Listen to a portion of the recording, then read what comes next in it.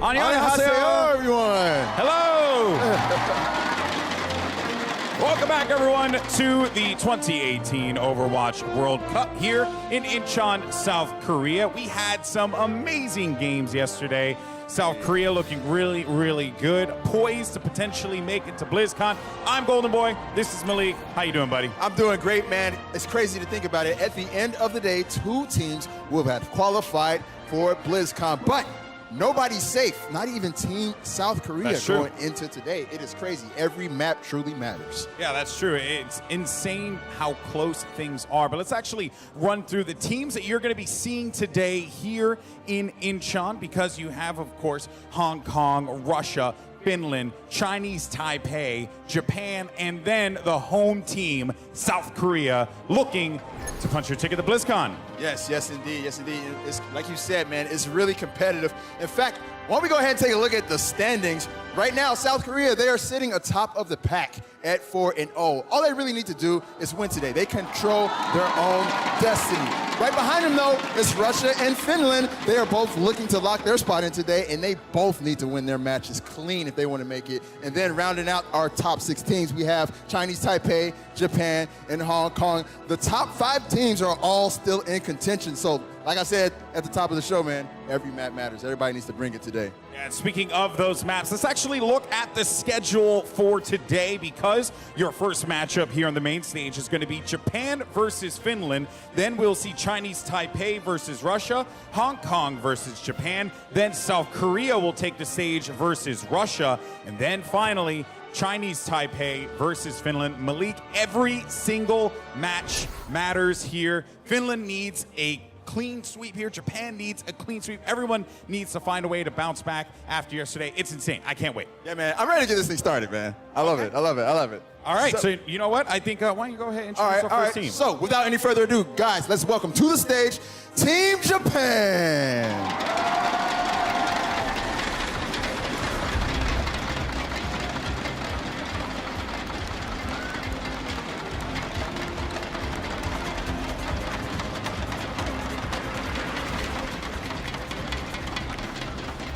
Now, Team Japan here, of course, they, like we said before, they have their destiny in their hands, but it will not be easy at all, Malik. Do you think that they have what it takes? I think they have what it takes. I mean, they all felt they underperformed a little bit yesterday. I think they got their heads together on today. But not only do they need to win this match 4-0, they're going to also need a lot of help from the other teams, too. So all they can really do right now is just play their best and hope for the best. That's right. You're definitely going to have to play your best here, because this next team has been bringing their best all weekend long. Ladies and gentlemen, welcome to the stage, Team Finland.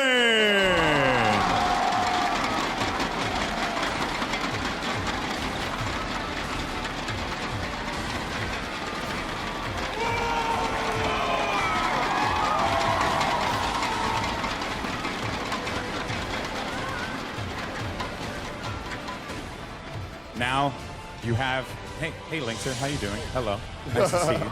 We got Team Finland, you have Team Japan. Malik, this is going to be a great matchup. Are you excited? I'm super excited, man. I hope Linkster goes ultra instinct levels of crazy like he did yesterday. It would only be fitting for him to do that against Team Japan. You know what I mean? Oh, very true, very true. Are you guys excited here in Incheon?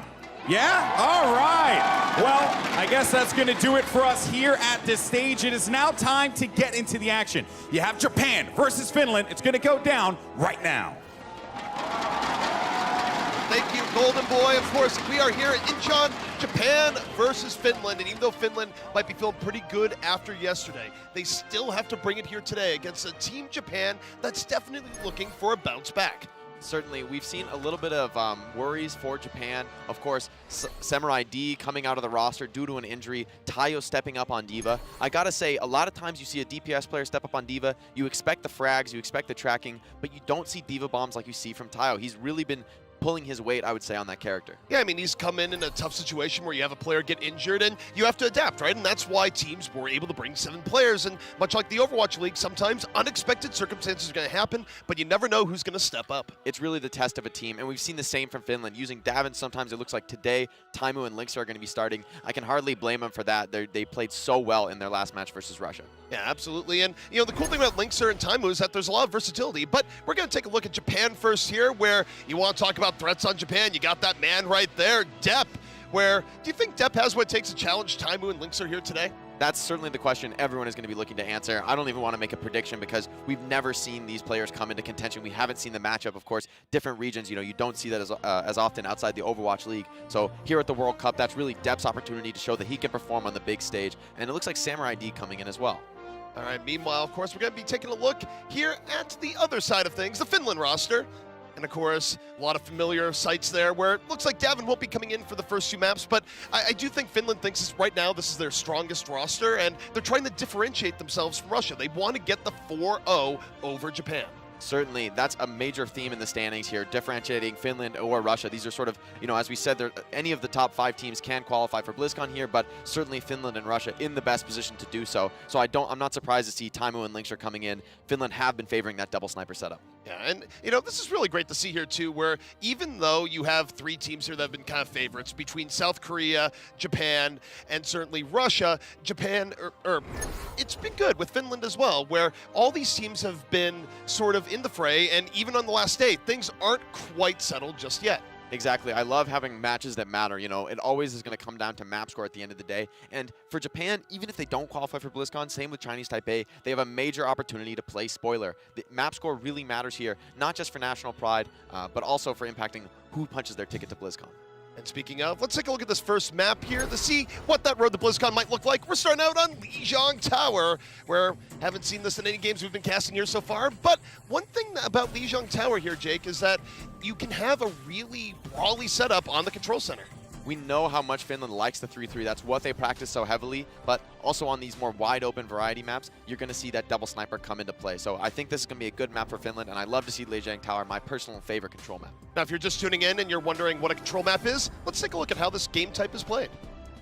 This is Control. 2 teams fight head-to-head for control of a common objective, located in the middle of the map. To capture the objective, your team must stand within its range for a set amount of time. Capture percentage is continually given to whichever team is in control. The enemy will fight to clear your team off and capture the objective for themselves. Losing control will pause your progress. Now your opponent gains capture percentage. If both teams are on the objective when one of them reaches 99% capture, the game enters overtime. This extends play indefinitely until one of the teams is cleared off. The round ends when either team achieves 100% capture. Each round is played on one of the map's 3 unique areas. Control is best of 3, so whichever team captures 2 objectives wins. It's always fun when the map explainer video syncs up with the map we're about to play, because I was on Lijiang and this is Lijiang 2. And now Samurai D, he is going to be back in the roster, so Japan coming back in with what they feel might be their strongest look. Also interesting, looks like a role swap coming out. Kenmo going onto the Diva and Samurai D on the Winston. Something different, a different new look from Japan. And I like this here. Maybe a setup to change things up. They didn't find the success they were hoping for against South Korea. Going up against another full stack of Overwatch League players, maybe you want to change things up as well and maybe expecting similar kind of compositions as you saw from South Korea. Speaking of oppositions, take a look at Finland's side. In Finland, they're going to be going with that very heavy ground and pound strategy where it's not a 3-3, it's a straight up quad tank coming your way. I do love me some quad tank, and I love it on especially Night Market. It's such a powerful spot for Hog. You have the potential to drop your opponents off the map, and those tanks can really stay together and get that maximum value from those AoE heals from Moira. And the other thing here too is that it feels like Depp has a really hard road in front of him where he only has 2 effective pick targets here. This is a major test for Depp. He needs to pick a support to justify his existence on Widowmaker. Right now, doesn't really have the sightlines, goes back up. Meanwhile, Finland goes, yeah, we're actually just going to be here in the point. And look at how protected the supports are. Going to be very difficult to get a shot on Goose or the Moira from there. Another number to watch here is Amiken's barrage charge. That barrage is a crucial way to break open these heavy tanks set up from Finland. So Amiken's barrage is something certainly to watch out for. Zappa's going to have to counterplay. Yeah, Amiken has already done quite a bit of damage here so far. Finland, they've gotten the point, but your idea here is that Amiken said, oh, he's pulled on in! Taimu almost gets a full pick off. The Mercy heal, though, is there. He has the barrage. He's stuck on it. Drops the barrage, but he's completely shut down by Zappis. So So that was the win condition for Japan, and just simply did not work out. Zappis more than prepared. You see him with a completely full Matrix charge. That's such intelligence there. There's always an opportunity to use the Matrix, eat a few spam rockets, but Zappis elects not to. He just saves it, and when the barrage comes out, it's completely shut down. So great play by Zappis, and Taimu putting the pressure on, maybe urging Incheon to make a play before he was really ready. And you're really seeing a mark of experience with this Finland team where they were avoiding poke and confrontation, but as soon as they got that first pick off, they immediately dove in. Exactly, and things are looking a little bit rough for Japan here. The double support hold, he's so powerful in this quad tank composition. Taimu sneaking up on the flank. If he can take the Zen here, this could be major. Oh man, Taimu channeling Hard Blue circa 2016, not gonna land the hook, and now he's really deep, almost at the other spawn, and actually Japan, they don't want to chase Taimu here. They want to go in on the point thing because they got Fraggy. They're gonna dive on in, Transcendence up. When you look at Linkser, holding on to the grab, waiting, doesn't want to donate it to the Diva, does connect, picks up 2, and the Coalescence gonna be beaming them right on through. The self-destructs to fall through, and Finland going to be holding on. Perfect patience there from Linkser, constantly faking the call, and oh, the hook onto depth shuts down that Tracer. Claire dropping low on the Valkyrie. Taimu's whole hog completely clearing the point here. Yeah, Taimu at some point just walked his way back. It was a long walk. He missed the entire opening the fight, but man, cleanup was in his favor towards the very end. Finland able to take that, and now Japan almost out of time.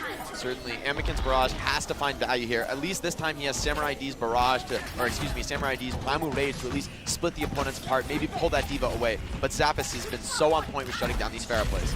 There's two things here. There's barrage and there's Fraggy with the Earth Shatter. Fraggy holding on to the Shatter right now, staying on the ground floor, gonna drop it, gets the Winston, pins him to the floor, and now Finland in a great spot. The barrage from Incheon doesn't do enough against the D-Mech, but they needed a lot more. Finland just too tanky on the point, too powerful, and Japan doesn't have the tools to remove them. Finland gonna be getting round 1.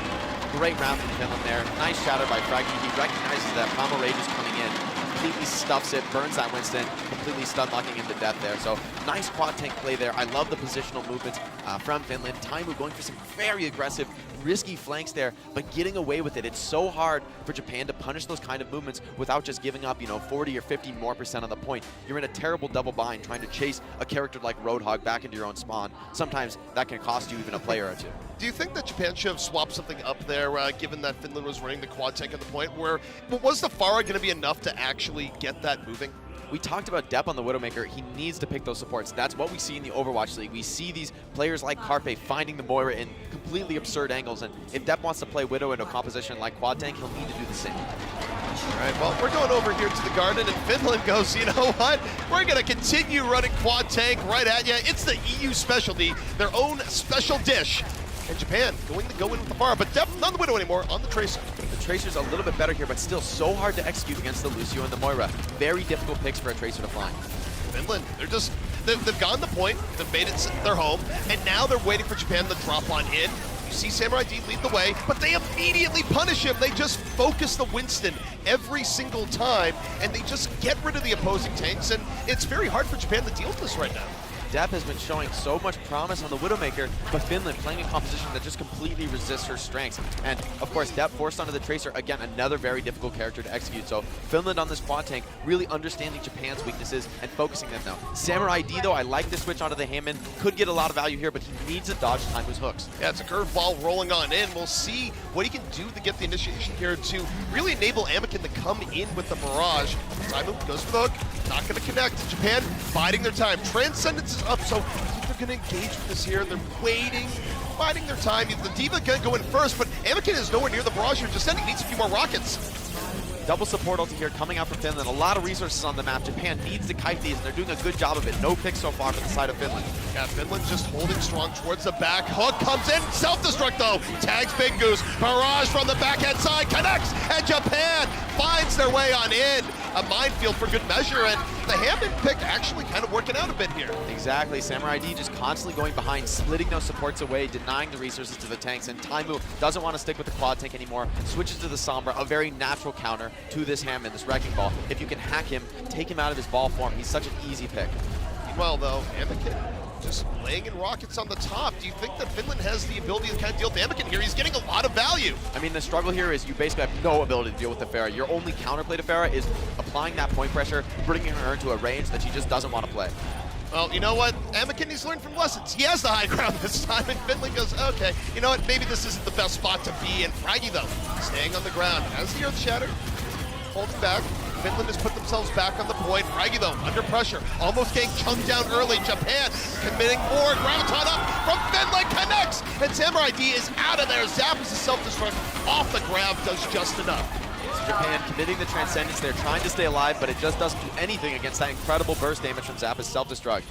Samurai D running for the hills here, but this is looking like too little too late for him. Taimu's counter pick on the Sombra really performing here. And now with the EMP and no counterplay on the side of Japan, that Trance just expended. This is a really rough recontest. And we see the swap there immediately. Samurai D, he does not want any part of the Sombra. He's going to go over to the Winston. Taimu setting up a perfect EMP here. Probably wants to wait until his team is a little closer to the fight. Sabagod notices the detection though. Oh, and Taimu just commits for a solo kill. Yeah, so Taimu's supposed like, I'm just going to EMP and take you out. I don't really care anymore. The rest of Finland, they jump on in. They make it a party. And Japan can't get started there. And now take a look at the game situation here. Finland at 80%, Japan at 52%. Japan might only have one more attempt at this. Great understanding there from Finland, getting so aggressive on that EMP. We see how many more ultimates they build off of that team fight. So Taimu only doing a little bit of damage there, but his whole team farming all of their ults here. A lot to work with here for the side of Finland. Taimu falling early. This is good for Japan. They have the 6-on-5 advantage. Anakin in the window, barrage locked and loaded. Trying to look at where Zappos is. Zappos goes into space. Defensive Matrix, though, not there anymore. Barrage ready. He's biding his time. Hasn't used it here just yet as Zappos continually oppressing Anakin out of the fight. But he's still waiting for the opportunity. Flared down. If he's going to drop an SB2, drops the barrage to the back inside, and Zappos shuts him down. Just waiting for an opportunity there, but not finding anything as Anakin. Finland looking to close out this map, looking very strong here. Linkser with the nano boost, just fully energized here. Drops the Graviton, doesn't find anybody, but it might not matter here. Yeah, Finland right now, they just need a little bit more. They're going to be dealing with Samurai D. He's primal raging on the point, trying to buy time, but they're at 99%. Emergency wrecking ball coming into the point. When you take a look at Finland, they have point dominance right now. Depth coming in, depth goes down, and it's not enough. Finland going to get map number 1. Finland, great resilience there, responding to the counterpick from Japan. We've seen Japan make some really smart swaps before, but Finland ready with the counterplay, not falling victim to it. Taimu ready to switch onto that Sombra, shutting down that Hammond, and we see the risk of running a Hammond is that you have no shields. There's no answers to Fraggy's Earth Shatter. Yeah, and we've also seen this evolving metagame, right? Where, yeah, I think at the very beginning for Wrecking Ball, teams looked at it and go, okay, how are we going to deal with this? And now just teams are comfortable going, we will actually just immediately swap to Sombra as soon as we see it because we don't want you to have the ability to just roll around as you please. Certainly, that hack is such a dangerous risk. And on top of that, we see Taimu getting so much value just from scouting. His EMP picks off the Zenyatta very early in that fight, but the tanks just running right in. They know that without movement abilities, those Winston and D.Va on the side of Japan are just easy pickings for a Reinhardt. Now, let me ask you this. Given the compositions that Finland was running there, we didn't really get to see a chance of depth even bringing out the Widowmaker. Do you think this was smart by Finland to just sort of deny one of Japan's greatest strengths? Yeah, in a sense, you don't want to just take that duel. Depth's shown so much competence in the Widow v Widow duel. If you're ready to play other compositions, just don't allow him to show his strengths. That can be an even stronger way to deal with a Widowmaker. If that Widowmaker is not ready to flex and play other different roles that counter your tankier compositions, then just stick with it. Force Dep out of his comfort zone, and if he can't continue to perform, it's going to be a real Achilles heel for Japan. So Finland, of course, they came in with the super tanky setup. Do you think we're going to see that as we roll into other maps from here on out? Well, we're going into a hybrid map type, so it's really up to Japan here. Do they want to force a really Widow-heavy map like, say, a Nimbani, which I don't think we've seen so far, so I'd love to see it. So it's really up to Japan to use this map choice to bring Dep back online. Maybe put on a map where Finland just can't dodge that Widow duel. But even then, there's a tough mountain to climb, and that mountain is named Linkser. Or maybe Taimu. You know, there's actually an incredible stack of Widow players on the side of Finland. We've seen all three of their DPS players put out really strong performances on the Widowmaker. At least 2 middle mountains in Finland. But now let's take a look at the next map type. It's going to be Eichenwald on hybrid, and this actually makes a little bit of sense if you want to run a Widow. Certainly, that second point is a really dominant Widowmaker map. We've seen a lot of teams fall to a Widowmaker that's on fire. So if Dep has the chance to warm up here and get hot, he could certainly take the game over. But you could say the same about Linkser and Taimu. And of course, if you're wondering, well, what is a hybrid map? How do you play it? Let's take a look. This is hybrid. 2 teams face off as either defenders or attackers. The attacking team has a limited amount of time to first capture a payload and then escorted along a set path containing 2 checkpoints. To capture the payload, the attackers need to stand within its range for a set amount of time.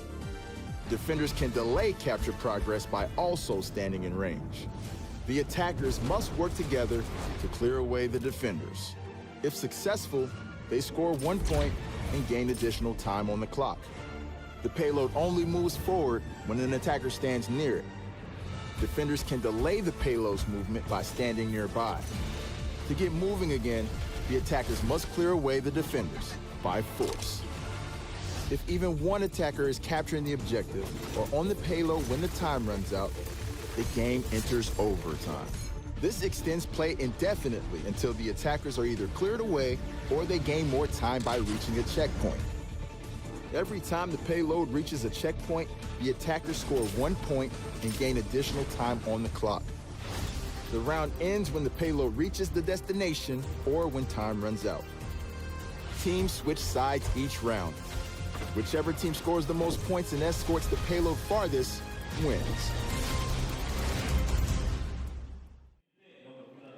Hey, is that a seagull? Is seagull in Korea? Is that what we're seeing there? I don't know. I didn't catch the VOD there, but I'll have to Twitch chat to re-inform me here. But we're going to Eichenwald here. This is just a gift for me, man. All of my favorite maps. Eichen, another one of the classics here. And Finland coming out with something very different here. Taimu on the Doomfist. Will he stick with this? You know, I would like to see it happen. I'm not really convinced. Finland has probably been one of the more active teams, is trying to bait casters all weekend long. So, yeah, Taimu goes into the brink. Not really too big of a surprise there. So we'll probably see Taimu come out here on be Hanzo, Widow, actually Farah. So defensive Farah going to be coming out here for Finland, and Fraggy looking awfully aggressive here early on. Fraggy going with a classic play here, getting close to the enemy spawn. You can pick up those sound cues and get a read on Japan's composition before they even come out of the gates, showing his experience here in the Overwatch League. And he's going to hop on back. Intel gathered, and now back to his team. Meanwhile, Japan coming out. They were showing the fire, but instead they're going to be coming out here with the Hanzo. Double sniper offense. Definitely a good setup for Japan here. This double sniper is going to be difficult to oppose. It's up to Finland to get really aggressive with this Pharah and Tracer. If they can get over the top of the snipers, though, things could turn quickly. Deb, of course, looking for the tank there. Gets a little bit of a dink, 24% towards the info site. Hops on over. Again. And he's just taking his time right now, and Finland is giving them a lot of space. Yeah, this is what you have to do against the double sniper, but now they pull the trigger, getting aggressive on Depp, shutting him out of this angle. Such passive play from Finland, but they're just keeping Depp out of the angles he wants to play. Oh, Finland, though, you take a look at Depp. He almost gets a fire. Taimu's down. Anakin got him from the other side. The double fold flank coming in from Japan, but the counter dives in from Finland. They strike on back. They punish Japan, and even though they lose someone here, it might not be the worst for Japan as respawns come in. They get Big Goose at the backside. It's actually turned out quite well. Kenmo on the point, buying space for his team right now. Samurai D low, but still in it. And now respawns for Japan coming in. Finland has been caught off guard. Kenmo, though, overextending a little bit. Might get punished here. No, escapes in the Pilot Diva form. He's going to be able to get remake here on point. Nice take from Japan. I love the double angle setup from their snipers. Finland maybe looking for a final recontest, but too little too late here. Zappas getting demec'd and finished off. I gotta say, when you're a Farah in that situation, and you're worrying about the Widow first and foremost, how difficult is it to keep tabs on both snipers at the same time? Well, Japan really just playing that composition perfectly, getting a double angle setup. We saw Deb getting some free shots on Taimu, but that was because Anakin is pressuring him from the other angle. There's really nowhere for Taimu to hide. He just has to pick his poison. And in that case, he was just taking fire from both snipers at the same time. So kind of a worst case scenario for Taimu. He wants to go onto the Widowmaker and just take these duels straight up. You see Depp right now using the info side.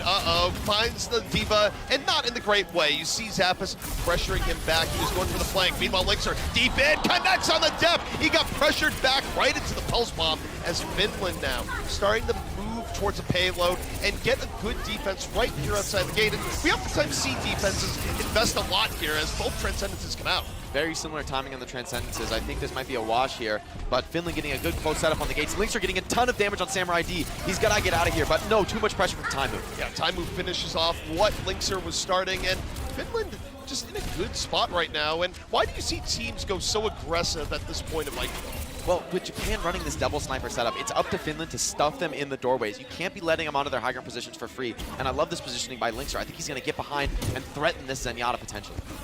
All right, Japan now getting onto the payload. Meanwhile, Linkser, he's secret agent Linkser right now. Going to the back, doesn't even care about the Mercy, going for the Hanzo. pressuring on the backhand side, and Claire down already. Fraggy diving in off of Linkser's distraction. He's not done yet, has 2 here so far. The Primal Rage just giving him so much room to work with. Japan pushed back. Great discipline here from Finland. They know how to play versus this double sniper composition. Anakin, recognizing he's getting shut down, is going to make the switch over to the Genji, maybe try to oppose Taimu a little bit more, give Depth some space, just as Linkser is doing for his team. And it's been a nice duo play between Taimu and Linkser, where Linkser is constantly forcing people to look back, and while they're looking at Linkser, they're not looking at Taimu. And Japan making the full swap on the Genji Tracer dive. Linkser is going to have free range here in the backline, no more one-shots to worry about.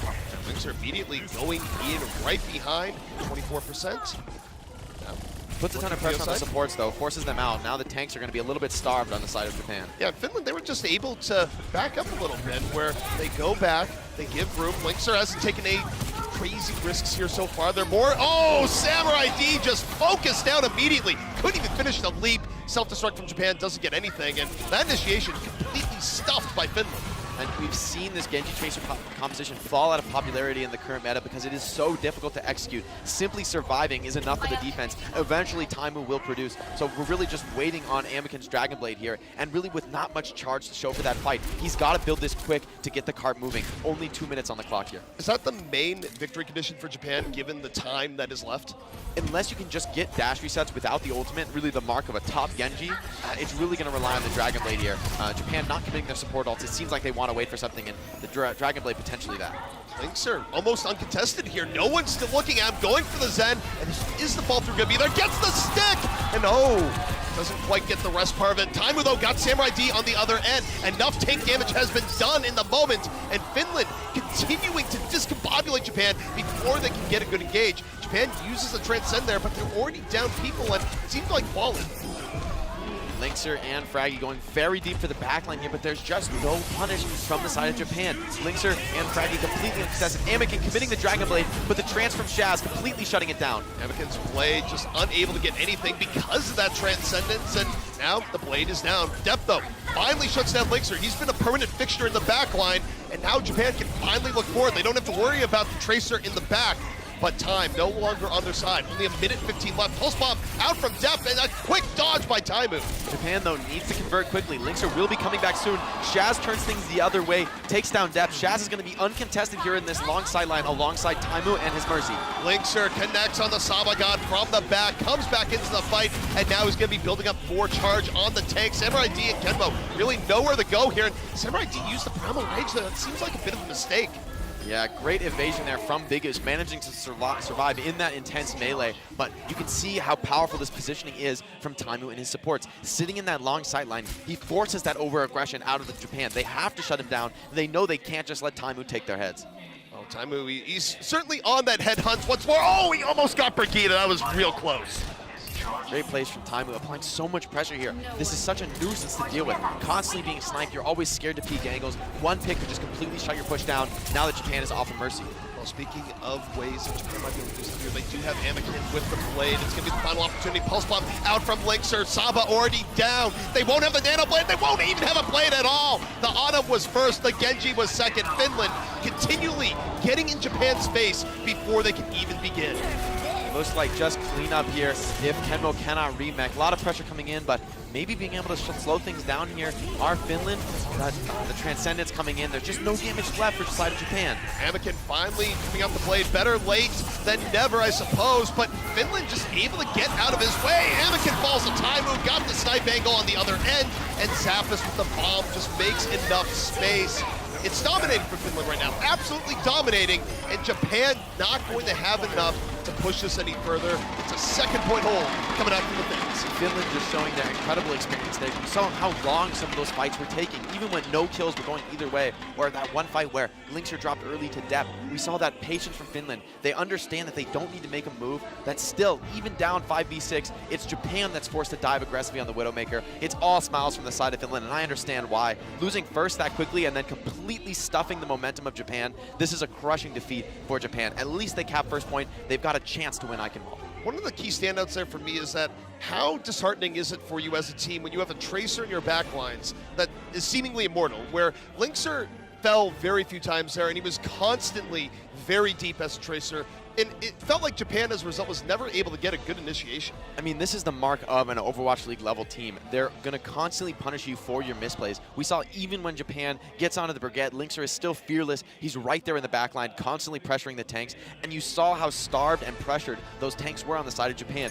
A lot of times dying before even landing from their initial jumps. That's devastating if you are the Japanese team here. But that just comes from the amount of pressure Finland's applying. They're never allowing Japan to, set up and really get the kind of plays that they want to make with this Genji Tracer. So we flip sides here, and of course, this is a tough road for Japan to climb if they want to actually get back into this. So let me ask you here, when you're looking for a first point hold on Ike involved, is this the type of setup that you want to go with? I'm certainly very surprised to see the Lucio here, an older style composition. It's going to be all up to Sabagod to stay alive. If he gets picked, that's going to be probably the end of first point. The rollout from spawn so long for Zenyatta. Not only that, but because they're running Lucio here, they don't have the Mercy in tow, which means that Anakin, if he gets picked off even once, there's no second lives here. And at some point, I feel like Afara, even when you're playing really well, you're going to get dinked at some point. Another major risk here is that because Finland is running the Mercy and the Zenyatta, if they can land the Discord on Anakin and at the same time damage boost Taimu, that's a one-shot on the enemy Pharah. Very hard to deal with, especially without a Mercy's help. All right, Finland looking for the way in right now. Of course, time very much on their side. Linkser takes a little bit of a rocket, glancing damage, and a little bit more. Gonna go back, grab the health pack, saves the rewind. Yeah, great patience from Linkser. Understands how he needs to push his character to the limit here. Depp getting aggressive, but Linkser already in his face, putting some damage on, maybe weakening that aggression a little. And now Finland, they seize the opportunity. Sabagod a little bit out of position. Fraggy able to take him down, but while Japan was doing that, they dove in on Finland. But here's the issue. Because there's no Mercy, they can't bring Sabagod back up. What would normally just be a quick bump in the road is now something that Finland can come back in, potentially with an advantage. They've actually sent Claire all the way back to spawn to bring the Zenyatta back earlier. Claire, exactly. Forced to taxi Sabagod, but the question is, can Finland press their advantage? They have this momentary player advantage on point. It's really up to Taimu to get in Anakin's face and stuff this enemy Pharah. Anakin, the rocket, doesn't quite get able to finish it off. Goes back to the other side, looking. RB Farah, Taimu pressuring. Anakin having to back off. Meanwhile, though, the Japan dive goes in. They get Shaz early. Both Zenyatta's out of the fight. Depp on the Zappis, and Japan isn't doing bad, but they need to get back over to the point. They overdove. They need to come back over and in. They've already almost given up a tick, and the problem is they've lost so many people that Finland reinforcements are going to be coming in soon. Zen and Pharah both down. There's no one left to oppose Taimu, but the frags are coming in on the low ground. Taimu dropping low, forced back by the tanks of Japan, but Samurai D getting very aggressive. He might be punished for that. Samurai D in a rough spot. Depp connects on the Taimu. The pulse bomb takes him out, and Depp, who's been doing so much work, picked off by Shaz. Shaz immediately gets picked off, goes for the Transcendence. Japan going to be countering with the barrier. Samurai D close to primal range, holding it on in. Self-destruct gets Taimu, and Japan continues to hold on. A very scrappy fight here, but the Transcendence from Sabagod may be the trump card in this fight. Tank still available for Finland, though. They can sustain. Japan starting to fall. Finland, they might have crossed the threshold of doing enough damage here. Anakin, last-ditch barrage going into the back, gets one, but it simply wasn't enough. And as a result, Finland now getting onto the point, and they should be able to flip this to their favor. Great defense by Japan, but it's going to be rough to try and defend second here. I wonder if they'll go for a last-second recontest, but it just looks so grim. There's not much to work with in the ultimate bank, and so little card progress on second point. Things are looking tough for Japan here. Yeah, and for Japan, they're going to have to hold for about 3-4 minutes towards the very end. Fight first point, they're though. delaying first, and they actually got time off Saba, so there is a small chance they're investing a whole lot into it. This could be great if it works, but the problem is you don't have positioning. They're getting punished as they move in. Zappis flips Anakin's wings, and it's a last-moment stall from Japan. And I don't know if it's worth it, because take a look at Finland. They're not looking very charged on ultimates.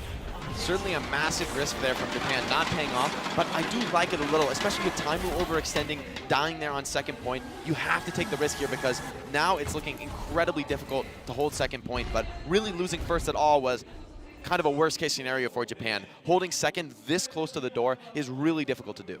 Yeah, they're going to have to do it for 3 minutes here, which is certainly easier said than done, but they're going to be swapping to the Brigida just to get a little bit more containment onto Linkser, if nothing else. One of the struggles here is that Ana, with such limited mobility, might be punished by a Diva Bomb, but Linkser finds depth. No more Widowmaker for Taimu to worry about. He goes up behind, makes a massive distraction for his team. Well, and you see here, Taimu's going to be far more aggressive when the Widow's out of play. He doesn't have to worry about getting picked off, and overall, Finland just diving recklessly in. Taimu drops a barrage. That's how little he cares here as Linkser gets cleaned up in the back. Excess ultimates as Finland finishes the point here. Very clean defense, or excuse me, offense. Yeah, Finland, they really did not have to go too far there. And Japan, they lost their best chance to bring it back up the first half. That's quite a cosplay. Certainly something here, and great plays from Finland. They favor the Mercy as well, and it's paying off for them. We see how powerful this resurrection is. You know, the ability to sort of erase one mistake, a mulligan, as we say, can turn fights. You know, a lot of these times where Japan was forced to retreat, taxi their players from spawn, they lost that initial position on the choke. And in defending Eichenwald first, when you lose the choke, you lose the major advantage of defense. Out of curiosity, why do you think we've seen so many teams kind of shy away from running the Mercy compared to what we've seen in the past? It's certainly surprising for me to see. Mercy is still a very strong character, in my opinion, but Japan may be feeling that playing to their strengths is more important than playing the metagame, and I can't disagree with them. That's been an effective strategy in the past in the World Cup. Yeah, I mean, certainly the metagame, of course, is always in flux, but it is weird when you look at those first points when if you lose even one person, the resurrection can be good in just keeping defensive momentum versus the, as we saw there, the run back. Running back and ferrying someone over, not quite as effective as just bringing him back from the dead. Exactly. Japan did get a ton of value, more than I would have expected out of that Lucio. We saw how many of those super aggressive speed boost and assisted initiations on the low ground ended up wiping Finland for the first two fights there on defense. So it certainly was paying off for them on that first point hold, but not able to close it out there. You know, that's the power of Mercy, really, that you have that staying power. And of course, that Valkyrie can close out a lot of questionable fights. All right, guys. Well, to give us a little bit more insight to this match, we got Golden Boy down on the floor. All right, so Golden Boy down here at the main stage with Tayo from Team Japan. Now, Team Japan, fortunately, down 0-2 here. You know, still, you can still bounce back and get a win regardless. What were, I guess, the strategy? What was the strategy, I should say, coming into this matchup, knowing that Team Finland had a lot of great players on their lineup? So we have like team preparation for like 2 months because we're like the same team. So we should have had more strategies going in, like counter strategies, but we just couldn't play what we were really used to. So we like kind of tried to switch it up, but that didn't work out. Yeah, and speaking of that, I mean, you know, your team, Cyclops, I believe, a very dominant squad in the Pacific region. You know, you guys watch the Overwatch League, I'm sure. All the players on that Team Finland roster are from the Overwatch League. Were you expecting, I guess, the strategies that they were bringing to the table? Did you think that what you played in Pacific Contenders would work here against these players? So we knew that they were going to have like a very tank-heavy lineup. So we were trying to counter-strat that, but just didn't work out. So No. It didn't work out the way he wanted it to. You know, makes perfect sense. But now going into maps 3 and 4, still though, opportunity for you guys to get a win regardless here against Finland, which can spell doom for them moving forward here. And assuming you guys are going to play hard because you're going in the game as well, I guess, you know, what are some of the things that now that you're going to be subbed in here, you are looking to impact in this game? I just need to like command my team more and make them move easier so Deb can actually click some heads. Need depth to click the heads. I too couldn't agree more, my man. Thank you so much. I appreciate it. This is Ty from Team Japan. When we come back, maps 3 and 4. Can Japan bounce back, or will Finland close it out? See you on the other side. The Overwatch World Cup is brought to you by T-Mobile, America's fastest network ever. And by Omen by HP, the official PC of the Overwatch World Cup. Whoa, bro. You are not driving. I'm driving, bro. What? Yeah. You know, I'm like the guy. And you're kind of like, what? The other guy, you know? What do you mean? Well, look, you know, you're my wingman, right? Yeah, you're like my navigator, my passenger. Whoa. No offense. No, definitely offense taken. I'm in the driver's seat plenty. Well, think of it this way, bro. Like, I'm kind of like the maverick, and you're kind of like the goose. Oh, okay, I see how this is. I'm Batman, You are Robin. Bro, you gotta be at least this tall to be Batman. I am. And secondly, I'm Sinatra. You are sleepy. No. You are sleepy, man. Bro, you are definitely sleepy, man. You're sleepy. You're sleepy. You got the sickest You sleep are dice, but You are sleepy. definitely sleepy, man. I know it. You know what? You drive. It's fine.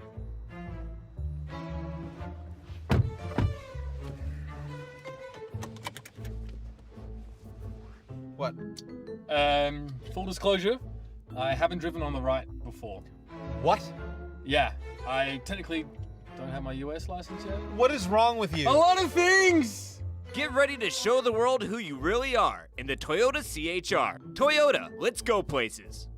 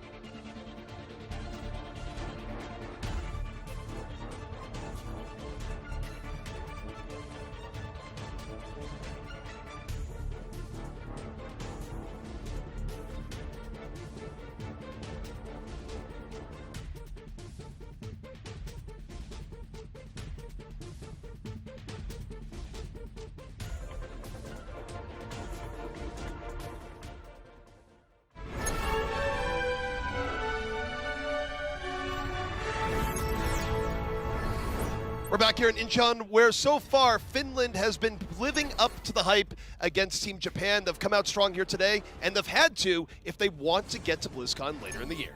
Certainly Finland looking for a clean 4-0 sweep, starting it off exactly as they need to with two very dominant maps, even defeating Japan on their own map choice of Eichenwald. So going into the second half, I'd expect Japan to shake things up. I'm not sure what exactly we'll see out of them, maybe bringing Depp out onto the Widowmaker, challenging those Overwatch League Widowmakers on the side of Finland. Now, of course, Finland, there have been some standout stories. Let's talk a little bit about a guy you might know a little bit about. I'm not sure, maybe you've met him a few times. A guy called Linkser, and, tell me about him and his stats. Well, Linkser having an absolutely dominant round on Tracer there. We see that obvious difference between eliminations and deaths, getting so much done with every life. And what's really impressive about those stats is how aggressive he was playing, constantly in the backline, constantly making space for his team, even when he wasn't the one finding the picks. Great pulse bomb kills, and we see that massive kill streak there. I think that was in that extremely long second point hold they pulled off on defense. Yeah, I mean, as we looked at that, we constantly saw Linkser in the backline, never falling, and even when he was under pressure, he would find the ability to conserve blinks, get back with his team, but then before the next fight, where would he be? He'd be in the backline. And as he was distracting, it opened up so many opportunities for Taimu on the other end. Exactly, and Linkser, a player known for his Widowmaker, but always ready to flex. I think he didn't get the opportunities he was hoping for in the Overwatch League, but he really is that flexible player that a lot of people believed he would be. Now we do have a substitution coming in here for Team Japan. It's going to be Tayo subbing on in, and he's subbing in for Anakin. So yesterday, of course, we saw him subbing in for Samurai D, but now it's a bit of a change-up where Tayo going to be going more to that DPS role. Yeah, potentially bringing Tayo back into his DPS form. You know, he was playing Diva yesterday, so we've seen a lot of different looks from Tayo, but what he emphasized most in that interview and what I expect the most out of him here is that leadership. He needs to get the team all on the same page, be able to deal with the amount of harassment that Finland is putting on. All right, of course, our next map going to be Temple of Anubis, but you might be going, well, what is Temple of Anubis? How does an assault map work? We got you covered. This is Assault. Two teams face off as either defenders or attackers. The attacking team has a limited amount of time to capture 2 objectives. First A, and then B. To capture an objective, the attackers need to stand within its range for a set amount of time. Defenders can delay capture progress by also standing in range. To resume capture, the attackers must force the defenders off the objective by any means necessary. If successful, they score 1 point and gain additional time on the clock. Now the fight moves to objective B. If even one attacker is on an objective when the clock runs out, the game enters overtime. This extends play indefinitely until either team is cleared away. The round ends when the attackers capture both objectives or when time runs out. Teams switch sides each round. Whichever team scores the most points wins.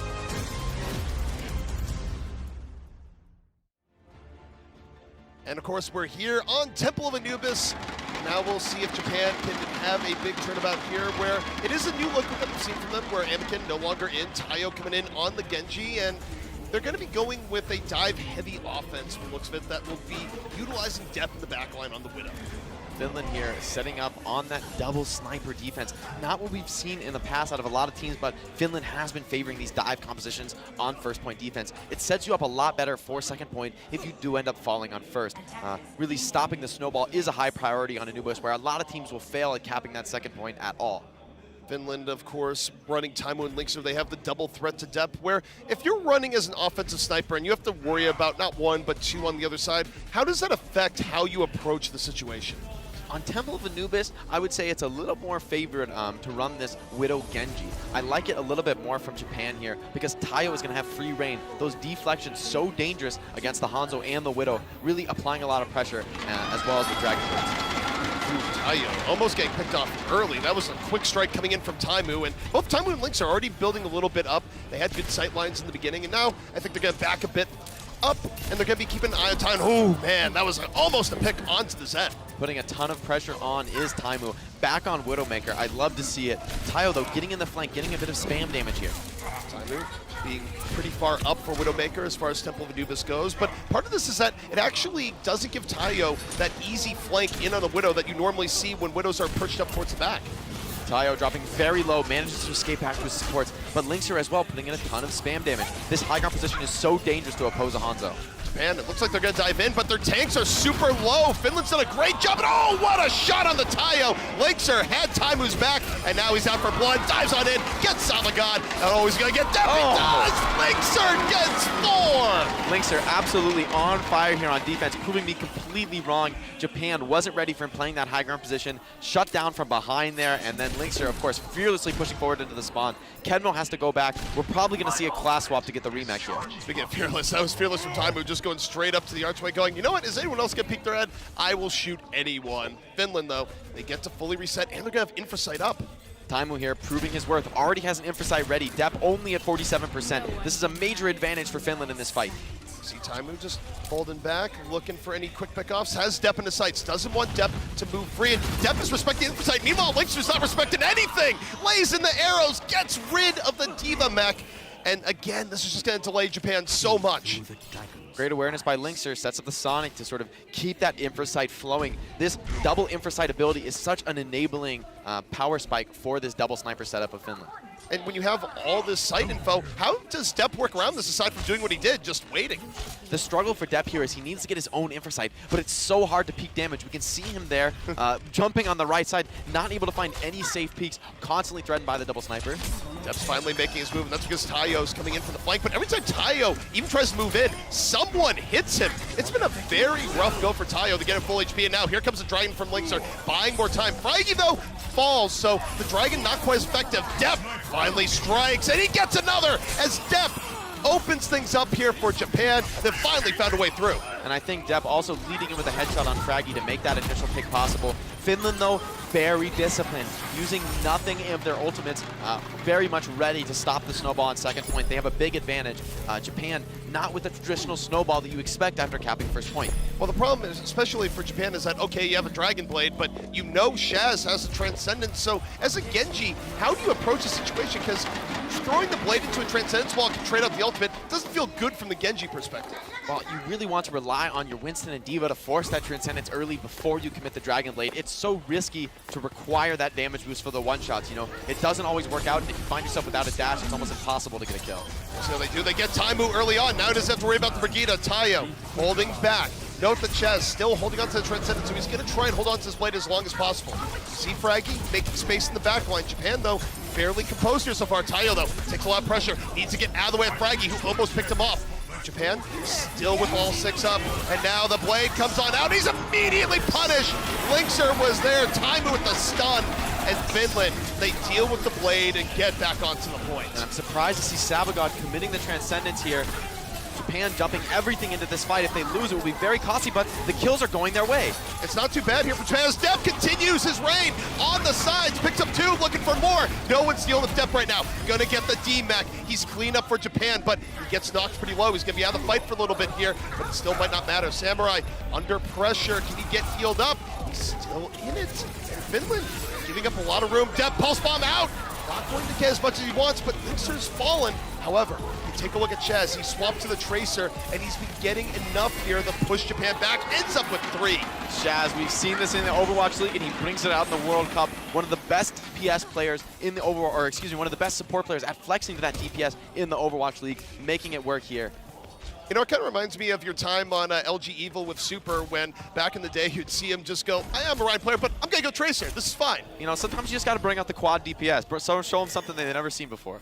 It's like, wait, no, they have seen it before. They've seen it in any ladder game they've ever played. Yeah, well, you know, they're not always ready for the high skill, but Lynx are getting super aggro with this Hanzo. I love this play with no mercy on the side of Japan. Again, looking for any pick could really cut the clock for Japan. Linkser holding on back, looking for the Winston. Almost gets him. Samurai D under pressure. One more arrow's going to do it. He's able to get out of the way just in the nick of time. And now you see Linkser going around the right-hand side, looking for the Tracer, and the Tracer knows he's there, so you see the back and forth here. It's going to pressure the Tracer out. Tayo, meanwhile, not able to get anything, as Linkser's just a wall of force right now. But at the same time, all this damage, not finding any kills. Sabagod very close to his nano boost. A nano blade could be very scary here. Oh, but Linkser finds the pick on Depp. I'd be surprised if Japan commits on this. This has been so good from Linkser, where you see him just looking at the different positionings here. Middle, right, and it's just shutting down an entire avenue of attack for Japan. The Hanzo's so strong at just spamming down these lanes. Okay, Japan, so now they're going to regroup. They still have the Dragon Blade up, and Shaz does have a Transcendence. This is a window for Japan. Certainly, Shaz really needs to build up this charge very quickly, but we've also seen Taimu stuff the Dragon Blade before. The Nano certainly helps against that, though. All right, Japan getting in on the attack here once more. Tayo, of course, he couldn't get the Nano boost heading on in. The Nano Blade, Japan's one way in. But Tayo getting person down. If he falls, that's the end to everything here. Gets healed up at the last moment, but Shaz is now getting way closer to Transcendence. Sabagod's down. No Nano boost applied. Linkser, what a crucial pick. That could be the round saver here. This is going to be a complete snowball for Finland. They understand with that. With no Ana, they can dive almost all the way to the spawn here, getting very aggressive and finishing off all of that ult charge that they were missing last fight. And if there's a window there, Jake, it just slams shut. Look at Chaz. He's going to have Transcendence for the next fight. Yeah, Japan, though, with the Nano Blade, they do have the potential to go for those one-shots on 200 HP targets. Can be a way to deal with the Transcendence, but certainly puts a ton of pressure on Tayo to perform perfectly. Finland going to be holding further back. They also have the Dragon Strike from Linkser that just make the approach even tougher. Samurai D, look at how much he got poked on entry there. And almost all 6 ults available for Finland. Things are looking rough for them. Committing the Nano early. Dragon Blade comes out. He's going to find Linkser, but can he get more? Well, you just got to get rid of Linkser. I suppose that's what you do. They're going to demech the D.Va. It's a nice initiation so far here from Japan. They get the opening 2 pickoffs. Happens. Press back up. Can they deny it? They do! He's not able to get back into the mech. Tayo right on top of it, but the Dragon coming out from spawn from Linkser does enough. And now Linkser swaps the Doofus right after. That's why the Dragon disappeared. Taimu on the Regina, diving on in, Rocket Flail, slamming its way through, and Japan is going to be down to its final 34 seconds. And Claire committing that rally, that's going to be a crucial ultimate that they'll miss for this last fight. Linkser on the Doofus. I wonder if he'll continue to play it, maybe go back to that Hanzo, try and get another one of those spam picks that he's been so consistent with. No, I like this choice. Stay on that Doomfist. Now that Japan is forced to rush to point, you can't clear all the corners that you'd hope to. This is where a Doomfist really gets maximum value. Linkser is just going to be sneaking over there, and I'm not sure Japan has had time to really adapt to this. This could be a big surprise, even though they saw it on the last push. At least they've scouted him. That's a big win for them on the side of Japan. They're going to be able to get into point without losing any so far. But the punch comes in. Gets it, but it's going to be answered by the self-destruct, and in that situation should cover the remech. Gets back into the mech. Japan still with the full 6. Linkser going to be removing Samurai D a bit from the point, ends up falling to depth, but Tayo falls to the other end. Taimu coming in with the Rocket Flail, swinging it down, and Finland might have done enough here, even as Depp is still fighting. Finland respawns are coming back on in. Japan falling one by one here, and Finland on the verge of taking the map and series. They just need a little bit more, and they get it. Finland finishes out Temple and Nukes. At least taking defense here. They still have a chance to, they still have to attack, produce the same amount of progress that Japan did. Of course, Finland giving up a couple ticks there on second point, that could turn things around. Not every team has been able to get even a tick on that second point. We've seen a lot of draws in this map. Here we see Linkser absolutely lighting it up here on first point. Linkser, of course, having a good day here, and this is probably his most impressive moment where he ends up with more. Of course, as we swap rounds, it's going to be interesting to see what Japan ends up doing here, where of course their only true path to victory is going to be getting that first point hold. They can still defend second point with less progress, as long as they don't give up that. It's actually, given that Japan has moved past one tick of progress, it's almost impossible to get a draw here because I think they cap something like 69-70% of the point. It'll be impossible based on the tick situation for Finland to draw. It's either a win or a loss here on Temple of Anubis, and if you're Japan, you need to get a win. This is your map choice, and this is arguably where they've had the strongest performances so far in the tournament. So we need to see a big hold here coming in from Japan. Of course, one thing they're going to be going for here, and we saw a little bit of this yesterday with Chinese Taipei, and certainly plenty of teams like to run it, the Orisa here on point A defense. I certainly like this setup. I think it's just so difficult to play around. It's not a question of the comp being unbeatable, but any one of your DPS, the Junkrat, the Widow, and sometimes even the Diva or the Orisa can find those picks and just completely stuff a push. And honestly, attacking into this setup is so frustrating. You're being picked time and time again. You don't usually lose the fight when you get to take it, but you just get picked so often, it can be really frustrating. So Finland's going to have to keep their composure here, get the perfect setup before they commit on the dive. Of course, as Japan sits up here, it is that double threat, right? Where you got the Junkrat up in front, you got Depp in the back, and of course Samurai D is going to be keeping up shields to mostly help Depp to a degree, but we'll see how this works out if Taimu's able to find a way through. But Linkser going to be opened up here on the Genji. Really, it's up to Linkser here. He's the one who needs to be getting behind, making a major distraction.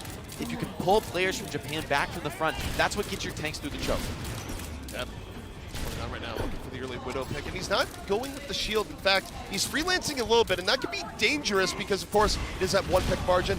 Now, though, look at the tanks, gets Big Goose! Big Goose wasn't expecting the Widow to be there. Nice sideline from Depp there. Understands that Finland's going to be mostly focused on his Orisa.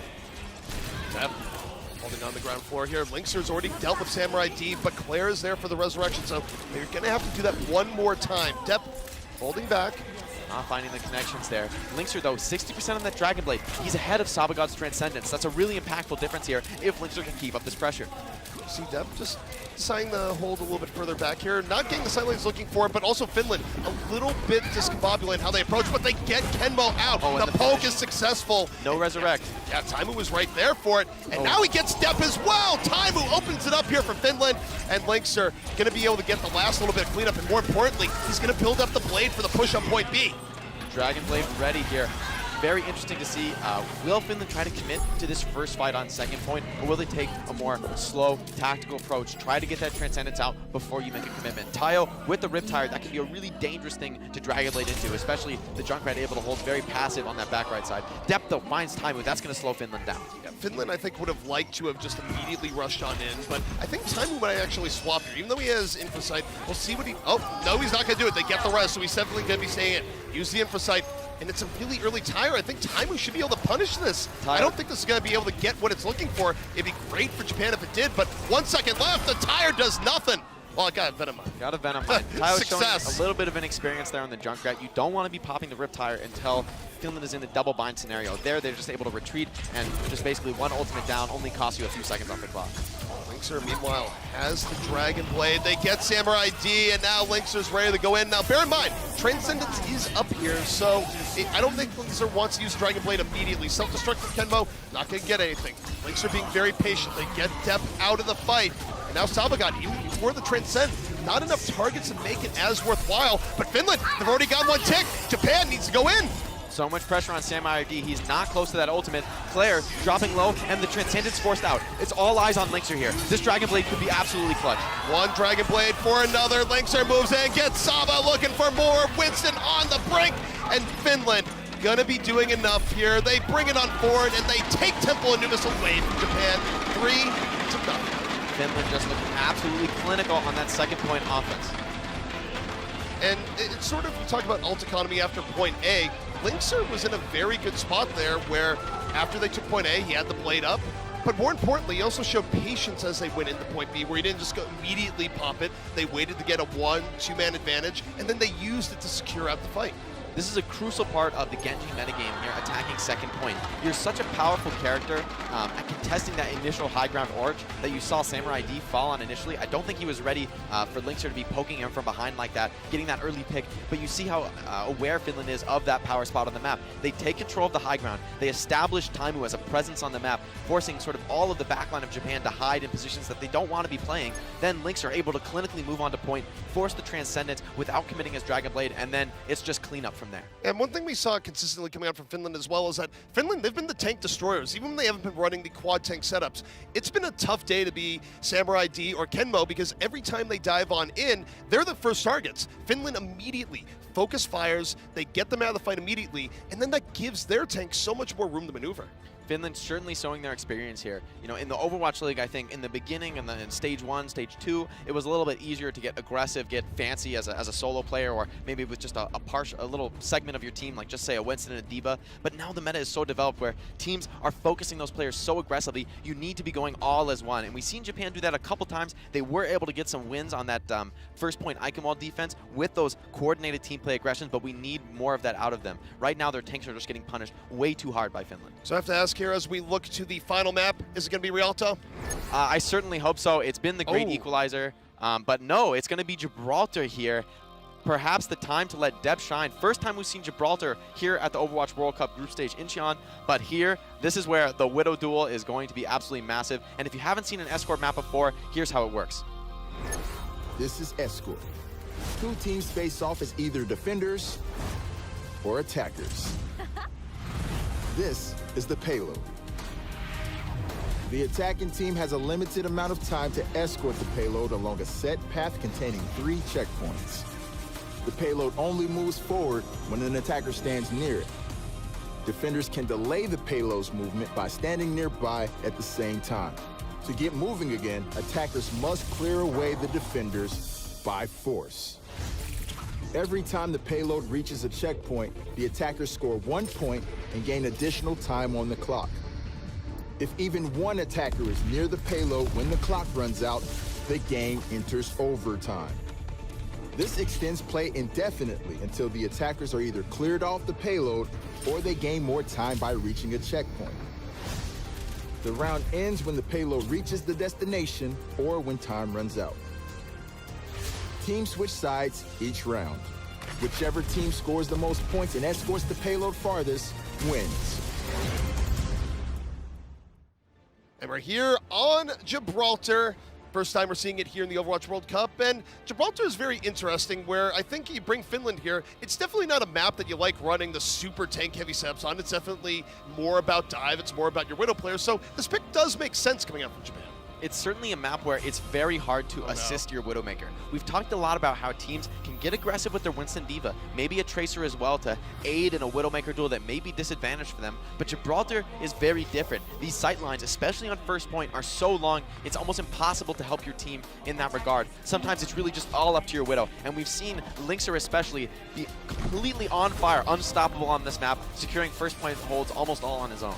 And you know, the funny thing about Hanzo on this map as well, when it's been played, is that Hanzo was played on this map back when Hanzo was basically never played. This is actually, if Hanzo had a home map, it's not Hanamura, it's Gibraltar. Certainly, this is a classic spot for Hanzo. The wall climb so impactful with all the verticality on Gibraltar. And now with the lateral jump, you're able to make more high ground contests than you were previously, especially on second point. Taimo here, very passive in second point. He's looking to counter swap what Japan pulls out. But I think given Japan's comp, he'll stay with the Brigade. Japan rolling on out, MRD on the Winston.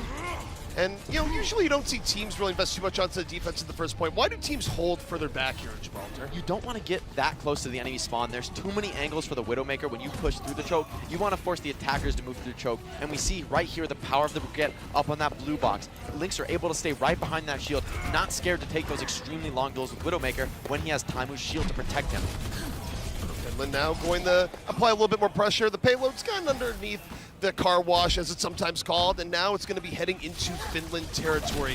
Depp, heavy aggression for the Widow, ground floor Widow. Meanwhile, though, Lynxer was able to get Claire, dominating space, getting Depp, and this might just be Lynxer's city.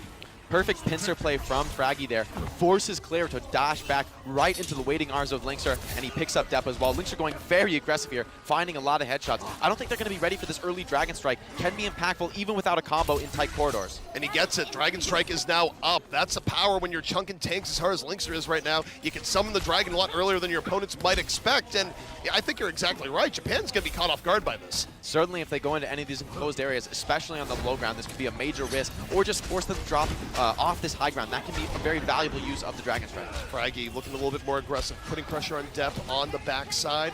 Lynxer still holding here behind the Brigida, and you know the thing is, even though you got the ultimate early, you don't have to use it right away. You can wait for the right opportunity. Certainly, and there's no real combos for the side of Finland, so it's really just up to Lynxer to find a space where Japan gets caught out. But Tayo finds Shaz. This is a major opening, and Depp shuts down Lynxer. Depp gets shuts down more than that, gets Big Goose on the other end. He finally opens things up here for Japan.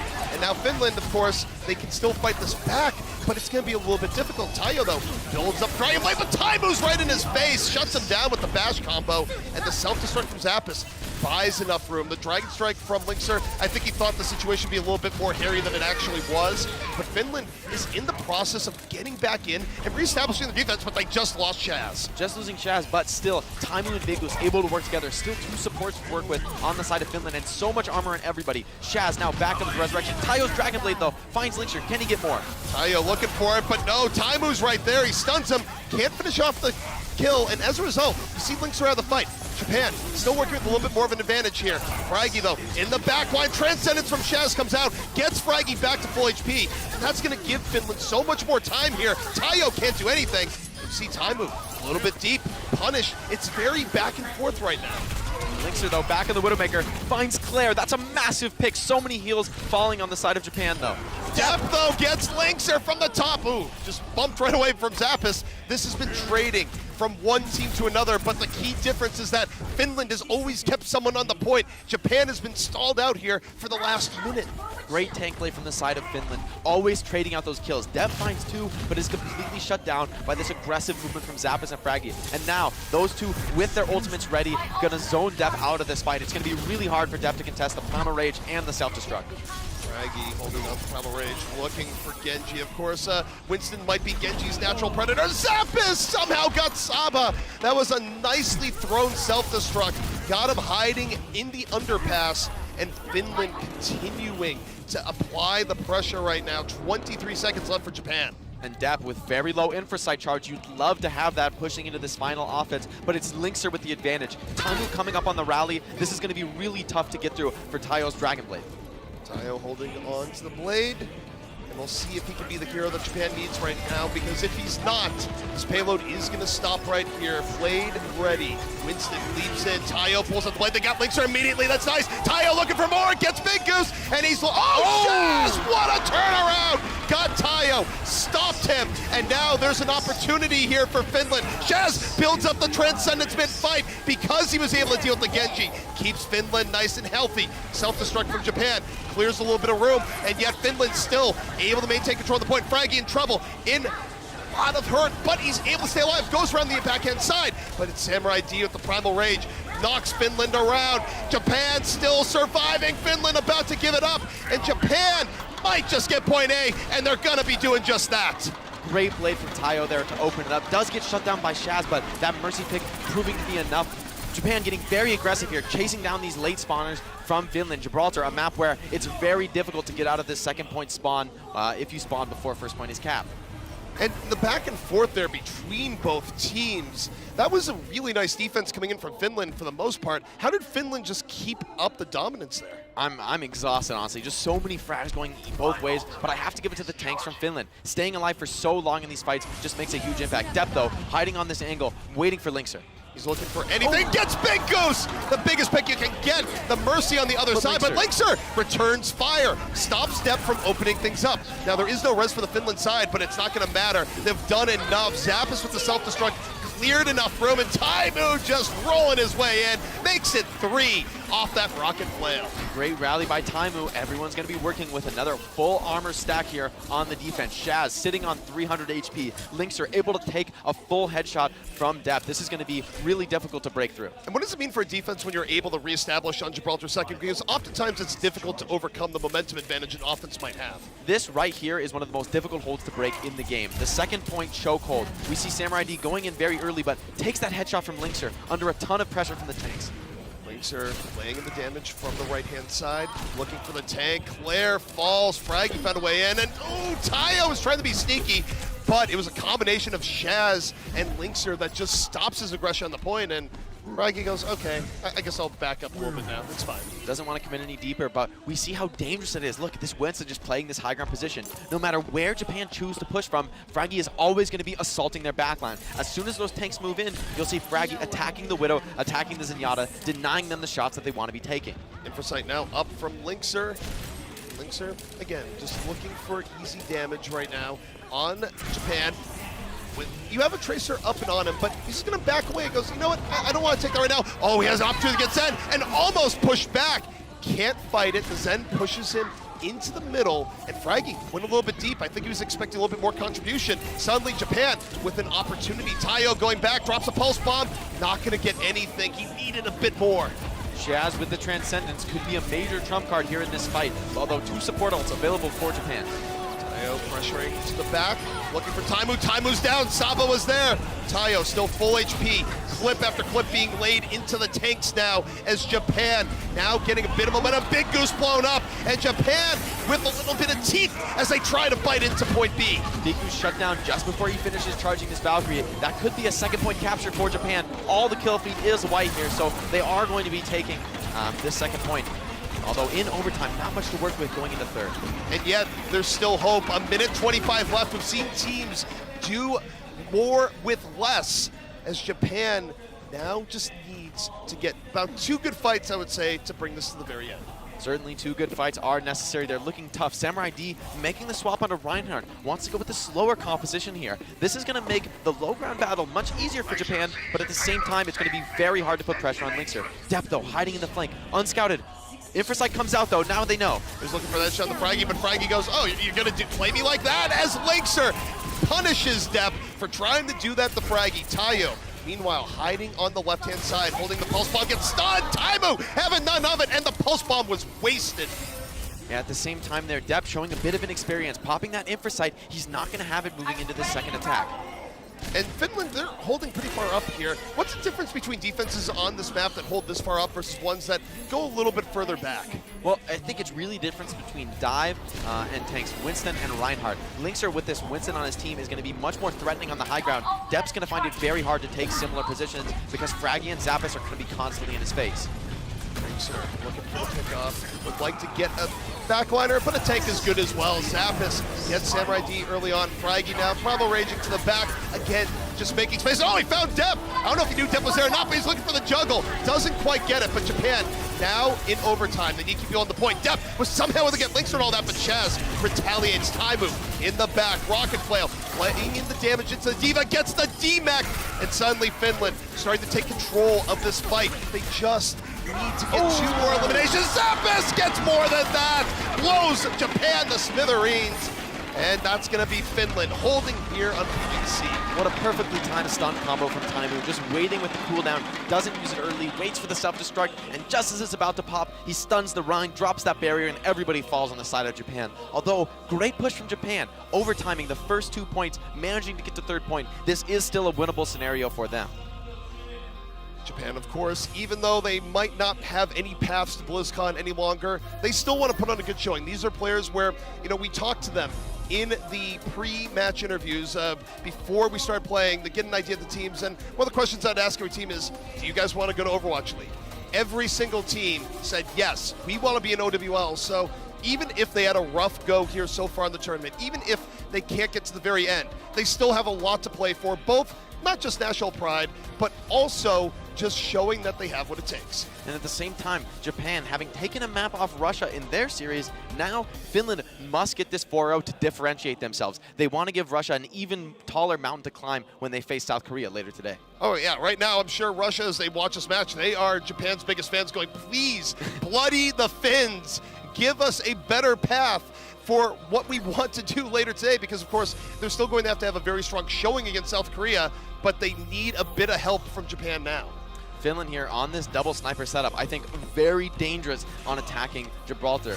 Japan looking to actually commit to the Doomfist here. This doesn't seem like a fake. The clock is running low. I think we'll see the Doom out of Depp and the Genji out of Tayo. Going back to this Lucio Brigitte support composition, the same thing we saw on Ilios Ruins. This could work really well here. It could also fizzle out entirely. It's all on that speed boost initiation. Of course, this is one of those things where it's feast or famine, right? You either completely wipe the other team or you just get completely crunched. There's not a lot of in-between. And with a lack of the main healer like a Mercy or an Ana, it's really all about the ultimates for the side of Japan. That's what gives them the sustain to last for these long fights. For the side of Finland, they just need to not get caught. Eventually, Linkster and Taimu will find a pick, and that's where they cap first point. Already, Taimu taken down. Didn't expect Saba to be there at all. It's a train wreck strategy coming in from Japan. Depp dives in deep, and yet Shaz goes, all right, I'm not actually scared. I'm going to return fire. Finland now diving back the other way. Shaz, the primary damage as a support, taken down 2. Finland, they've dealt with this initiation from Japan quite well. Very quick reactions on the side of Finland. Backing up into their spawn. Depp landing the punch on Linkster, but with no back wall, he can't finish the kill. Now switching on to the Widowmaker, knows that he has to oppose the double snipers. Doomfist a lot weaker once you lose that surprise factor. The problem for Japan, though, they don't have the positioning that a defense normally would here. Finland is covering every spawn door, and it's going to be tough for Japan. You see Samurai D leap in, but he already gets chunked. Claire down. Linkster found him.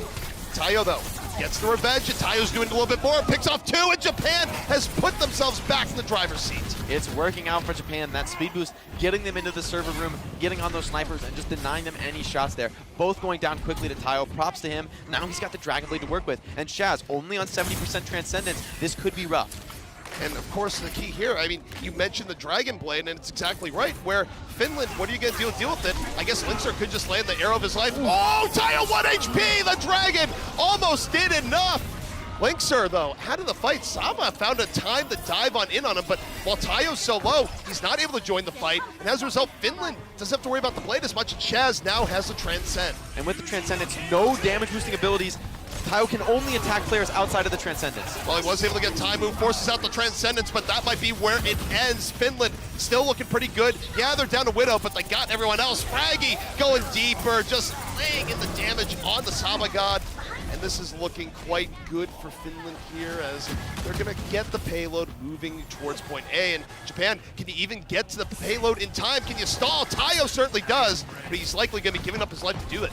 Yeah, this is a good play by Tayo, though. He buys time for supports to escape. Fraggy very deep on the supports, getting caught out by Claire. Nice boot from him, pulling Fraggy deeper than he expected to be. I also think for Fraggy, though, is that his main goal was to make sure people were looking at him and not on the idea of coming back onto the point. So I think Fraggy was okay with that. If you're Finland, you're very happy with this, although losing your Winston makes it tougher to make this first push work. As we've said, the first push so important here, and Depth finding Linkser, this could be bad for Finland. Japan, they have the tools they need to get that defensive repositioning here at point B, that very difficult point, although Tayo went a little bit deep, and suddenly this gives Finland the opportunity to reverse course, put the pressure back to Japan, and at the very least, they'll force Japan to use the barrier.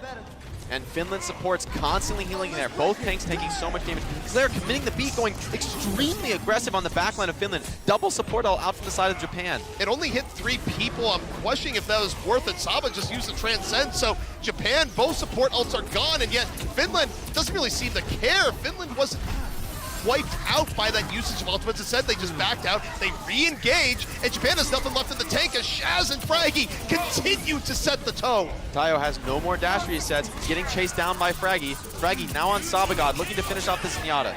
And we have the play it out from Tayo, but he had nowhere to go. He had no supports. Finland, the entire team just turns out to go, oh, you really got to bring out the blade here? Yeah, this is a no sharp zone.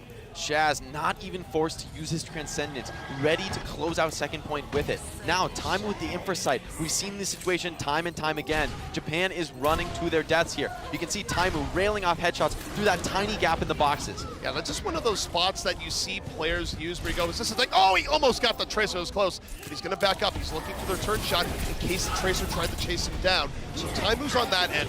Finland, the rest of them towards the payload right now. Transcend coming up for Chaz. They're gonna be committing more. Japan a little bit away from that, but Def got Taimu. Now it's a 6-on-5 for Japan. Saba getting real close to the Transcend. It's 99%, and this can turn the fight. He's so close.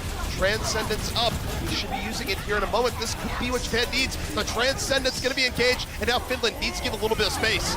Yeah, both Widowmakers getting res, but Depth the one finding the kill. Big Goose with the Valkyrie, though. This could be very impactful. Claire without a Valkyrie to match. Although, Taimu getting attacked by the Diva. He's forced to back. Japan wasn't able to get any pickoffs during the Transcendence. It wasn't enough. Finland still had enough raw healing to make it a thing. Linkser, though, falls. Tayo got him on the slimmest of margins. Japan still fighting, even though no one has an HP. Everyone on Japan is so low, and yet Tayo still alive, looking for the Diva on the end, and Japan respawns, now starting to flood back in.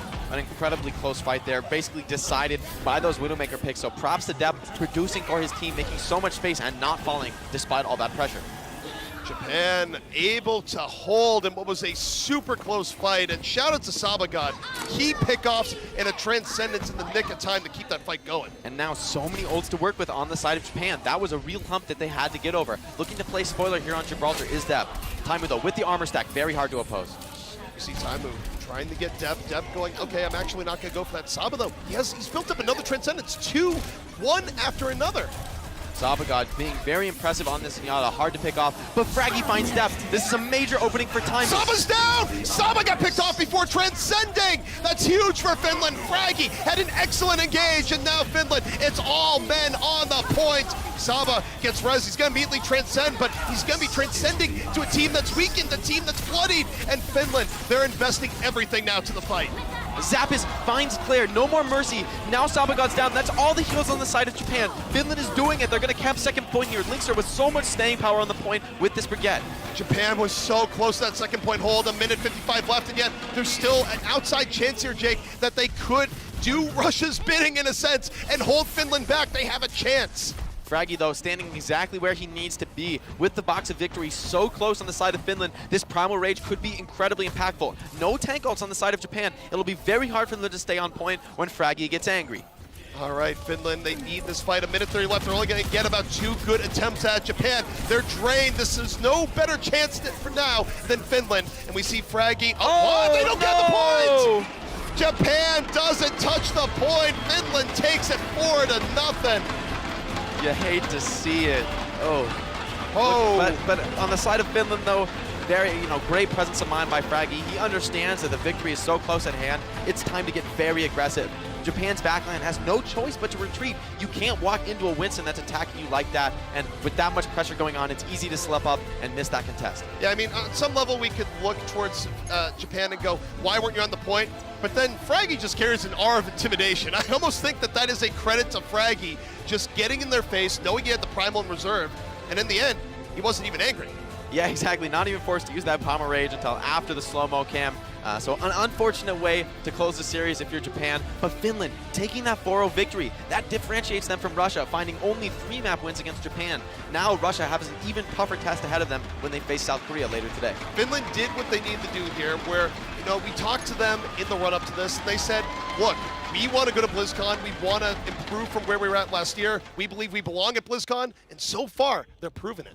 I mean, this is what we expected from Finland. They are a full roster of Overwatch League caliber players, and we've seen how that patience is paying off for them time and time again. We saw on so many defenses, they were so slow, careful, prodding, you know, always harassing, always putting pressure on the back line, but not committing to fights, forcing Japan to make the first move and burning so much clock time. That's why Japan was only capping in overtime, and Finland usually had a little bit of time to spare. All right, guys. Well, that's going to be doing it for us in the preamble here, but we're going to be taking a look at the floor where we got Big Goose with Malik. All right, I got my man Big Goose of Team Finland here. Now, this team, Japan, they have some pretty formidable DPS players like Depp and Tayo. Did you guys prepare specifically any strategies for these two players, or did you kind of just play your own game coming into this one? Yeah, we definitely prepared a bit against their DPS, but our main goal was to just play our own game and with our own game we have a really good chance of winning. Right. You guys did excellent in that. In fact, now you play for the LA Gladiators, and that team has quite a few different languages on the comms. So how relieving has it been as a support player to be able to play and communicate seamlessly with your teammates? It's definitely a lot easier. Yeah, it's just a lot easier, less complicated, and everyone like understands the same words and stuff like that. Right. Now, moving on, at the end of the day, you guys have that big matchup against Chinese Taipei, but your fate is kind of going to be decided based on some of the other matches too. So will you guys be sitting down and watching Russia's matches like they're playing against Chinese Taipei? They're going to be playing against Finland, or excuse me, not Finland, but they're going to be playing against South Korea later. Are you going to be watching those matches, or are you going to be preparing for your match against Chinese Taipei later on today?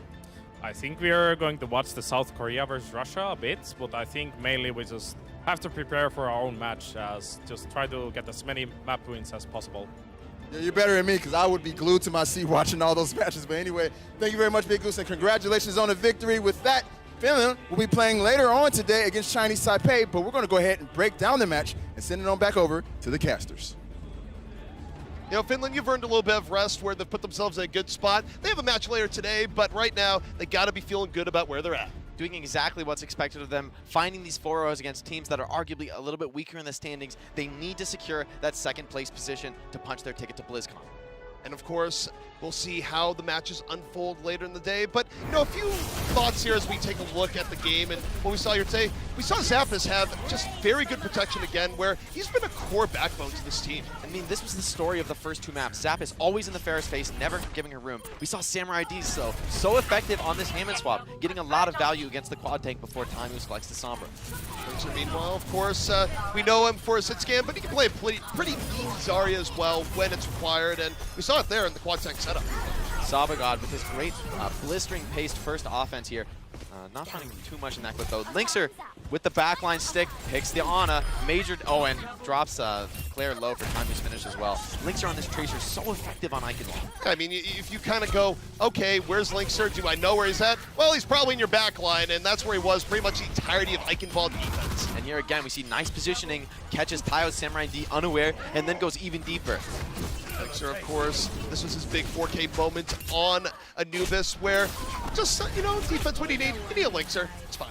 And Deb here, though, with the walls, finding these crucial opening picks here to secure first point. Deb definitely had his moments here, but you could tell how much he was getting checked by the DPS of Finland, where he has the talent, and bursts like that definitely show why. Linkser here, we see this emergency Doomfist so effective when the team isn't expecting it. It's so hard to check that tab when you're in those chaotic fights on second point. You know, it's always good when you can flex a Doomfist, but here's his bread and butter, and here's what he uses to cut the bread. The blade comes out, and he just waited for his opportunity. Yeah, such great plays to force those transcendences here. Tayo on the Tracer, though, really impressing, going back to DPS and finding so much value here in this series. Not able to take a map win, but really getting a lot done, especially on that Tracer. Yeah, and also I think Japan just looked better in general on Gibraltar. Even though they weren't able to take the map, they definitely pushed Finland to the limit. Here we see Taimu, look, perfect bash combo.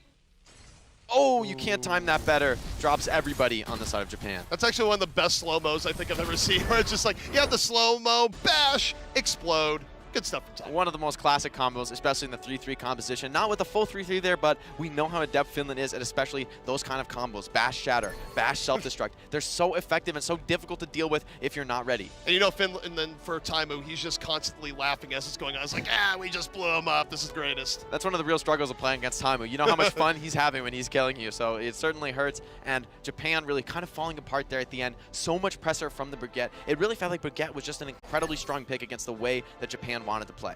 Yep. All right, guys. Well, that's going to do it for us. Now, next match coming up, it's going to be Chinese Taipei taking on Russia. You won't want to miss it.